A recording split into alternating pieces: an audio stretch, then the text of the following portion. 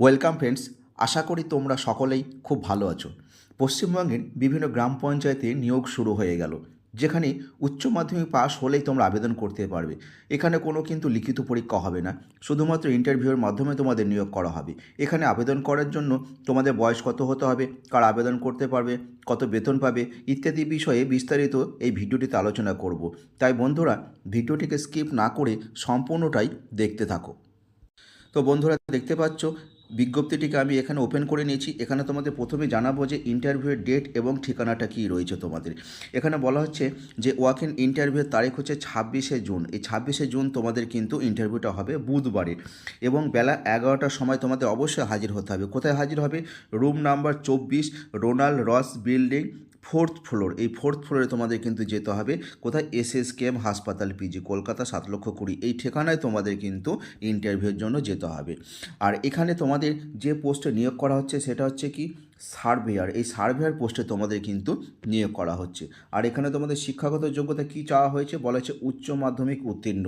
এই উচ্চ মাধ্যমিক পাস হলে তোমরা কিন্তু এখানে আবেদন করতে পারছো। আর তোমাদের এখানে বয়স কী চাওয়া হয়েছে? এখানে বলা হয়েছে 25 বছরের বেশি ও 35 বছরের কম, অর্থাৎ 25 থেকে 35 বছরের মধ্যে তোমাদের বয়স হলে এখানে তোমরা আবেদন করতে পারছো। এবং তোমাদের এই বয়সটা কিন্তু ক্যালকুলেশন করতে হবে 1 জুন 2024 তারিখ। এইটা ধরে কিন্তু তোমাদের 25 থেকে 35 বছরের মধ্যে বয়স হতে হবে।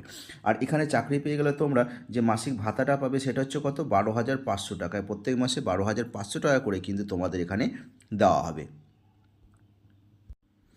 আর এখানে তোমরা আবেদনটা করবে কিভাবে?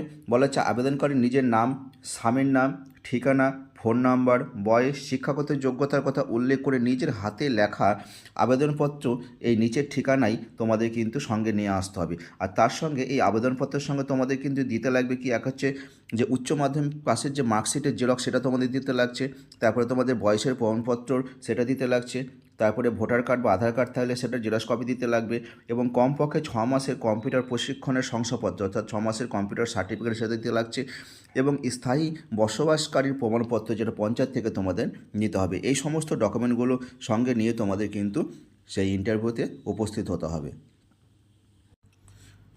তারপরে দেখো এখানে কীভাবে নিয়োগ করা হবে তোমাদের। বলা হচ্ছে সম্পূর্ণভাবে ইন্টারভিউ এবং উচ্চ মাধ্যমিকের প্রাপ্ত নম্বরের ভিত্তিতে পূর্ণ সময়ের কাজের জন্য চুক্তির ভিত্তিতে এখানে কিন্তু 6 মাসের নিয়োগের জন্য নিম্নলিখিত গ্রাম পঞ্চায়েতগুলির ইচ্ছুক বিবাহিত মহিলাদের বিশেষ ওয়াক ইন ইন্টারভিউর জন্য আহ্বান করা হচ্ছে। অর্থাৎ এখানে তোমাদের উচ্চ মাধ্যমিকের প্রাপ্ত নম্বর এবং ইন্টারভিউতে তোমরা যে নাম্বার পাবে তার উপর ভিত্তি করে তোমাদের নিয়োগ করা হবে 6 মাসের জন্য চুক্তিভিত্তিক, এবং এখানে শুধুমাত্র যারা বিবাহিত মহিলা তারাই কিন্তু আবেদন করতে পারবে। এবং কর্মীর কাজের যদি সন্তোষজনক হয় তাহলে কিন্তু পুনরায় তাকে 6 মাসের জন্য আবার কিন্তু এক্সটেনশন করা হতে পারে। তাহলে এখানে কোন কোন গ্রাম তালিকা থেকে আবেদন করতে পারবে? যেমন বলা হচ্ছে কি যে গ্রাম তালিকা 1-এ যেমন রয়েছে তাঁতিপাড়া পঞ্চায়েত, তারপরে ভবানীপুর পঞ্চায়েত, তারপরে চন্দ্রপুর পঞ্চায়েত যেটা রাজনগর ব্লক, এই সমস্ত গ্রাম তালিকার মধ্যে যারা রয়েছে তারা কিন্তু আবেদন করতে পারবে। গ্রাম তালিকা 2-এর মধ্যে যেমন রয়েছে বনগ্রাম পঞ্চায়েত, তারপর হচ্ছে ফুলুর পঞ্চায়েত, সাইথা ব্লক, তারপরে গ্রাম তালিকা 3-এর মধ্যে রয়েছে যেমন হচ্ছে হরিছড়া পঞ্চায়েত, তারপরে মাঠ পশলা পঞ্চায়েত, তারপরে বনগ্রাম পঞ্চায়েত, সাঁইথিয়া ব্লক, তারপরে গ্রাম তালিকা 4-এর মধ্যে যেমন রয়েছে অমরপুর পঞ্চায়েত, পড়ুই পঞ্চায়েত, সাঁইথিয়া ব্লক। এই সমস্ত ব্লকের বা এই সমস্ত গ্রাম তালিকার মধ্যে যারা রয়েছে অর্থাৎ এখানকার স্থায়ী যারা বাসিন্দা রয়েছে এবং হচ্ছে বিবাহিত মহিলা তারাই শুধুমাত্র কিন্তু এখানে আবেদন করতে পারবে। এখানে